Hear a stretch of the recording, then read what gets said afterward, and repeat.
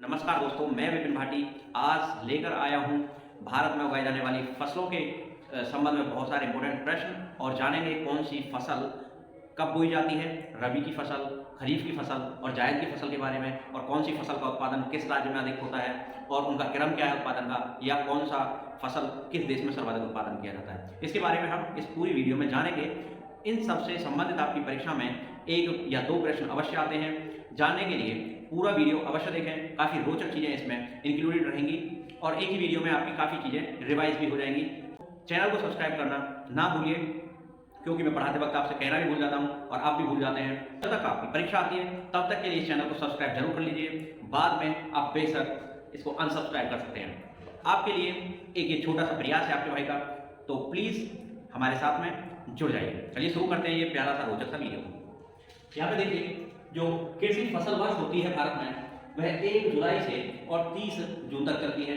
साथ में जो भारत की फसल ऋतुएं होती हैं वह 3 होती हैं मुख्यतः। एक होती है रबी की फसल, एक होती है खरीफ की फसल और एक होती है जायद की फसल। तो हम सबसे पहले बात करते हैं रबी की फसल की। तो रबी की फसल दोस्तों अक्टूबर में या नवंबर में बोई जाती है, यानी ये कह सकते हैं कि अक्टूबर से नवंबर के बीच में यह फसल बोई जाती है।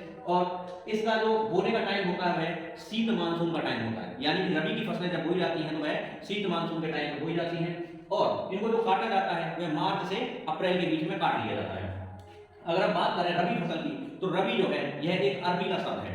रबी जो है अरबी भाषा का शब्द है, ये मुगलों के साथ में भारत आया था। इससे पहले हम रबी की फसल को वसंत फसल बोला करते थे और ये जो रबी की जो ऋतु थी इसको हम वसंत ऋतु बोलते थे। आज भी बोलते हैं, लेकिन आज रबी का प्रभाव ज्यादा है, रबी हम लोग ज्यादा यूज करते हैं। तो ये अक्टूबर नवंबर में बोई जाती है और ये मार्च अप्रैल में काट ली जाती है। ये जो है शीत मानसून की ऋतु, मानसून की फसलें कहलाती हैं। तो इंपॉर्टेंट बात है। चलिए, परीक्षा में आपका प्रश्न इनमें से अक्टूबर नवंबर में बोई जाती है, कब काटी जाती है, ये कौन सी मानसून की फसल होती है? तो शीत मानसून की होती है। और सर्दियों में जो मानसून आता है वो पश्चिमी विक्षोभों के कारण आता है। ठीक है, तो ये भी एक प्रश्न है। सर्दियों में जो वर्षा होती है किस मानसून से होती है? पश्चिम विक्षोभों के द्वारा आने वाले मानसून से होती है। तो ये भी प्रश्न आपकी परीक्षा में, यानी मेरे द्वारा बोली गई हर एक लाइन आपकी परीक्षा का प्रश्न है। तो आप ध्यान से मेरे शब्दों को सुनिए। यहाँ पे देखिए, बुआई के वक्त जब ये रबी की फसलें बोई जाती है तो सर्दी बहुत ज्यादा पड़ती है, यानी कि तापमान कम होता है। इसका मतलब है कि सवाल पूछा जाएगा परीक्षा में कि रबी की फसलों को बोने के लिए किस तरह की कंडीशंस होनी चाहिए। तो कैसी कंडीशंस? सर्दी का मौसम यानी कम तापमान। और दूसरी बात, जब पकने का टाइम आएगा तो पकते वक्त इनको जो है खुशकता की आवश्यकता पड़ती है, यानी कि कम नमी वाली एयर की जरूरत पड़ती है। और इसके लिए गर्म वातावरण होना चाहिए। कब? जब हम इसको काटेंगे तो जो वातावरण होना चाहिए कैसा होना चाहिए? गर्म। तो इसलिए आप जानते हैं कि अक्टूबर और नवंबर में क्या होती है? सर्दी सी होती है और उसके बाद मार्च अप्रैल में क्या होती है? गर्मी होती है। तो ये इनके पकने के लिए उपयुक्त समय होता है। चलिए आगे बढ़ते हैं। ये सर्दी की फसलें भी कहलाती हैं, यानी कि ये जो रबी की फसलें हैं ये शीत ऋतु की या सर्दी की फसलें भी कहलाती हैं। वर्षा ऋतु की समाप्ति पर इनको बोया जाता है। तो दोस्तों जो बात कर रहे हैं हम अक्टूबर नवंबर की, तब तक हमारा जो वर्षा का ऋतु का समय है वह समाप्त हो लिया होता है और उसके बाद में रबी की फसल को बोया जाता है। बात करते हैं इसमें कौन कौन सी फसलें होती हैं।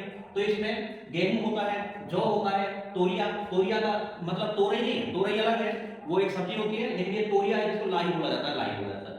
राई, सरसों, ये जो तोरिया या लाई है ये भी सरसों की तरह ही छोटी छोटी दानों वाली होती है। पीली सरसों, अलसी, कुसुम, रबी मक्का। देखिए मक्का नहीं, अकेली मक्का होगी तो वो खरीफ की फसल होती है, लेकिन अगर पहले लिखा हुआ रबी मक्का तो आप समझ जाएंगे ये रबी की फसल है। चना, मटर, मसूर, बरसिल, मशरूम और आलू, ये दोस्तों हमारी रबी की फसलें होती हैं। आप अच्छे से इनको याद कर लीजिए। विश्व में सबसे ज्यादा उगाई जाने वाली जो दूसरी फसल है वह रबी की फसलों में से गेहूं है। गेहूं का उत्पादन विश्व में दूसरे नंबर पर सर्वाधिक उत्पादन जो किया जाता है वो गेहूं का ही किया जाता है। पहले नंबर पर मक्का का किया जाता है। अगर हम बात करें जौ की, तो जौ जो है वह सबसे प्राचीन खाद्यान्न है। आप हिस्ट्री की किताबों में पढ़ते हैं तो जो पुराने समय में, प्राचीन काल में जो सबसे पहले खोज जो की गई थी, हड़प्पा में भी किसके जो अवशेष मिलते हैं वो जौ के मिलते हैं।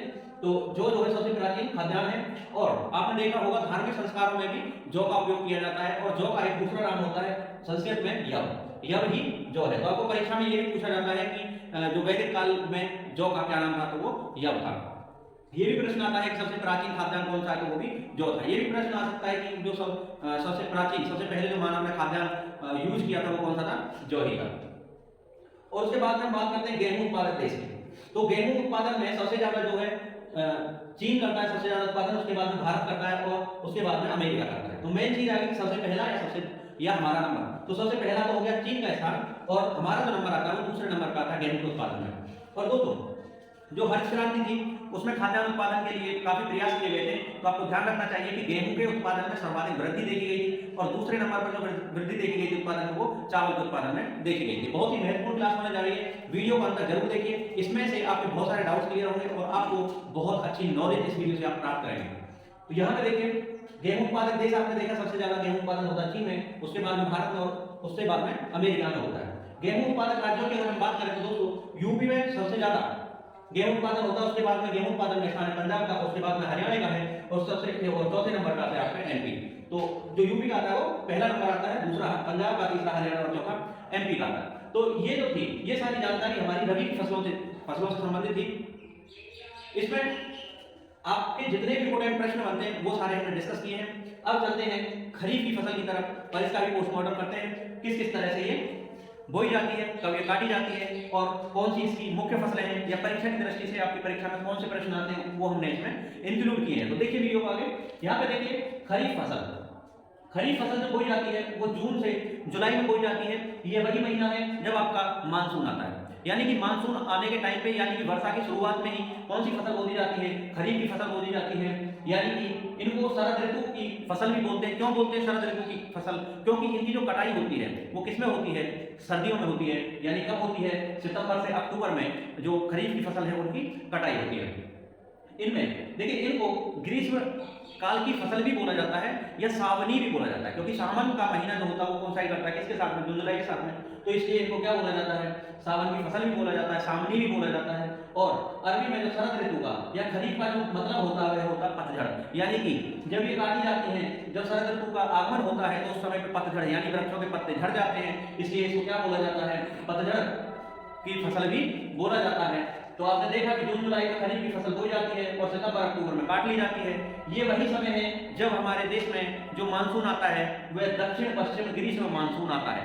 दक्षिण पश्चिम जो मानसून आता है उसके द्वारा जो है वर्षा होती है और उसी सीजन में क्या बोई जाती है? खरीफ की फसल बोई जाती है। आगे बात करते हैं बुआई के वक्त में अधिक तापमान और आर्द्रता की आवश्यकता होती है। तो दोस्तों जो खरीफ की फसलें होती हैं इनको जब बोया जाता है तो उस समय पर अधिक आर्द्रता होनी चाहिए और दूसरी बात है कि तापमान भी अधिक होना चाहिए। तो आपको पता है जून जुलाई में तापमान भी अधिक होता है और जो नमी भी इसमें क्या होती है? अधिक होती है। पकने के वक्त की बात करें तो इनके पकने के लिए शुष्क वातावरण की आवश्यकता होती है और यह शुष्क वातावरण जो है सितंबर और अक्टूबर के माह में अच्छे से जो है देखने को पाता है, यानी कि उसमें नमी की मात्रा क्या होती है? कम होती है। देखा जाए तो ये सावन की फसल भी कहलाती है। वर्षा या मानसून के समय में इनको बोया जाता है। इनमें कौन कौन सी फसल आती है आप देखिए, यह भी परीक्षा में आपके में पूछा जाता है कि ये कब बोई जाती है, कब काटी जाती है, इनका दूसरा नाम क्या है और ये कौन से मानसून के टाइम पे बोई जाती है। ठीक है, और इनको खरीफ मानसून की फसल भी बोला जाता है। बुआई का वक्त क्या है, इनकी कंडीशन बुआई के वक्त क्या होनी चाहिए और फसल के पकने के वक्त में क्या कंडीशन होनी चाहिए, तो ये भी आपकी परीक्षा में प्रश्न पूछे गए हैं। तो यहाँ पे देखिए धान, चावल, सोयाबीन, मक्का, बाजरा, कपास, गन्ना, तिल, अरहर, दलहन, लोबिया, मूंगफली और दाल, ये बहुत इंपॉर्टेंट है, इनको आपको याद रखना चाहिए क्योंकि परीक्षा में पूछ लेता है कि धान कौन सी फसल है, रबी की है या खरीफ की है या जायद की है। इस दृष्टि से आपको यह भी याद होने चाहिए कि कौन सा फसल किस मौसम में बोई जाती है। तो यहाँ पे फिर से मैं रिपीट करता हूँ, धान है, चावल है, सोयाबीन है, मक्का है, बाजरा है, कपास है, गन्ना है, तिल है, अरहर है, दलहन है। दलहन का मतलब है कि जितनी भी दालें होती हैं वो सारी की सारी खरीफ की फसल होती है, लोबिया, मूंगफली और ज्वार। और दाल में अगर देखा जाए तो जो चना और मटर वो किसमें आती है?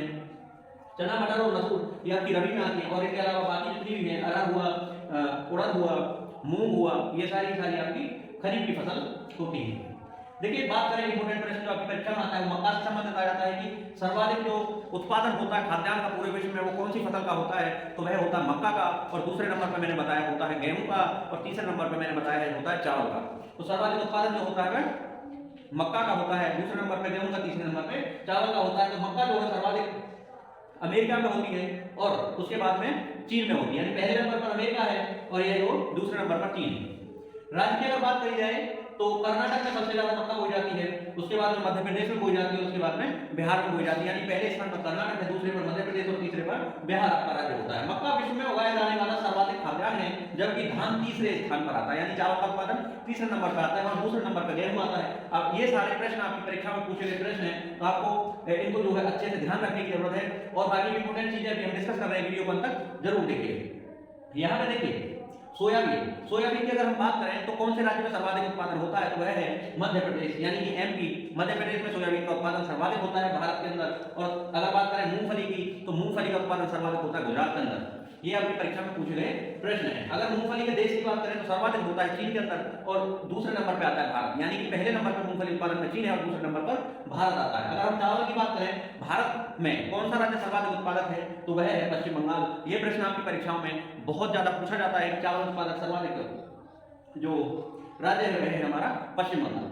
आगे बात करते हैं रबर की, तो रबर में जो है सर्वाधिक उत्पादन करता है वो केरल करता है और सेकंड नंबर पे जो आता है वो तमिलनाडु आता है। उसके बाद में मध्य भारत का चावल का कटोरा, अगर हम बात करें, ये भी प्रश्न आपकी परीक्षा में पूछा गया है कि मध्य भारत का चावल का कटोरा किस राज्य को कहा जाता है, तो कहा जाता है छत्तीसगढ़ को। ये भी बहुत ही महत्वपूर्ण प्रश्न है दोस्तों। सारे के सारे पॉइंट, जितने भी पॉइंट मैं बोल रहा हूँ, सारे के सारे प्रश्न आपकी परीक्षा में आए गए हैं और आगामी परीक्षाओं के लिए भी अति महत्वपूर्ण है। ये जरूर आपकी परीक्षा में पूछे जाएंगे, क्योंकि इससे संबंधित आपको प्रश्न जरूर परीक्षा में देखने को मिलता है। तो अगर हम बात करें गन्ना की, तो सर्वाधिक गन्ना का जो उत्पादन होता है वह यूपी में होता है, यानी कि सर्वाधिक जो गन्ना का उत्पादन होता है वह यूपी नंबर 1 पे हमारा आता है। उसके बाद में बात करते हैं जायद की फसल की, तो जायद की अगर बात करें तो ये मार्च अप्रैल में बोई जाती है और मई जून में काट दी जाती है। अगर बात करें तो ये मार्च अप्रैल में बोई जाती है और मई जून में काट दी जाती है। तो दोस्तों आपको पता है मार्च अप्रैल से लेकर मई जून तक घोर गर्मी का समय होता है, अर्थात इस बात से तो तय है कि जायद की जो फसलें हैं वो गर्मी की यानी कि ज्यादा गर्मी और ताप सहने की क्षमता रखती हैं। इसका मतलब है कि तेज गर्मी और शुष्क हवाओं को ये सहने में सक्षम होती हैं। कौन सी? जायद की फसल। इनको मार्च अप्रैल में बोया जाता है और मई जून में काट लिया जाता है। इनमें कौन कौन सी आती हैं? इनमें फसलें आती हैं तरबूज है, खीरा है, ककड़ी है, मूंग है, उड़द है। ये उड़द जो है साठा उड़द होता है जो 2 महीने के समय में ही पक जाता है, तो ये आप खरीफ में भी उड़द बोलते हैं, लेकिन ये साठा उड़द है किसमें बोया जाता है? जायद की फसल में बोया जाता है। सूरजमुखी है, लौकी है, तोरई है, भिंडी है, अरबी है, बीन है और फरास है। ये सारी की सारी अगर आपको परीक्षा में फसल पूछा जाता है इनमें से किसी का भी बारे में, तो आप आंसर लगाएंगे जायद की फसल होती है। ये गर्मी की फसल होती है और ग्रीष्म ऋतु की फसल होती है, अर्थात ये गर्मी में ही बोई जाती है। आप अच्छे से जानते हैं तरबूज, खीरा, ककड़ी ये सब जो है गर्मियों में ही बोई जाती है। इसमें एक शब्द है सूरजमुखी, तो सूरजमुखी का उत्पादन अगर उत्तर प्रदेश की बात करें तो कन्नौज में सर्वाधिक होता है। तो और कुछ इंपोर्टेंट पॉइंट्स जानते हैं जो आपकी परीक्षा में पूछे जाते हैं कि भारत में प्याज का सर्वाधिक उत्पादक राज्य कौन सा है, तो भारत में प्याज का सर्वाधिक उत्पादक राज्य है महाराष्ट्र। उसके बाद में भारत में काजू का उत्पादन, ये प्रश्न जो परीक्षा में पूछा गया था आपके, भारत में काजू का उत्पादक राज्य कौन सा है, तो महाराष्ट्र है। उसके बाद में भारत में लहसुन का उत्पादन सर्वाधिक कहां पे होता है, तो वह एमपी में होता है, मध्य प्रदेश में होता है। और भारत में काली मिर्च का उत्पादन जो होता है सर्वाधिक वो केरल में होता है। और भारत में नारियल का जो उत्पादन होता है सर्वाधिक कहां पे होता है? केरल में ही होता है। तो दोस्तों ये बहुत ही ज्यादा इंपॉर्टेंट क्वेश्चनों से जो है संबंधित वीडियो आपके लिए हमने बनाए हैं। छोटा सा काफी दिनों के बाद में लाइव आए हैं, लेकिन अब आपको रोजाना 1 या 2 वीडियोस मिलती रहेंगी। इसी तरह से बने रहिए हमारे साथ में, रोजाना एक नई रोचक और इंपॉर्टेंट वीडियो देखने के लिए। मिलते हैं नई वीडियो में, तब तक के लिए नमस्कार, जय हिंद, जय भारत।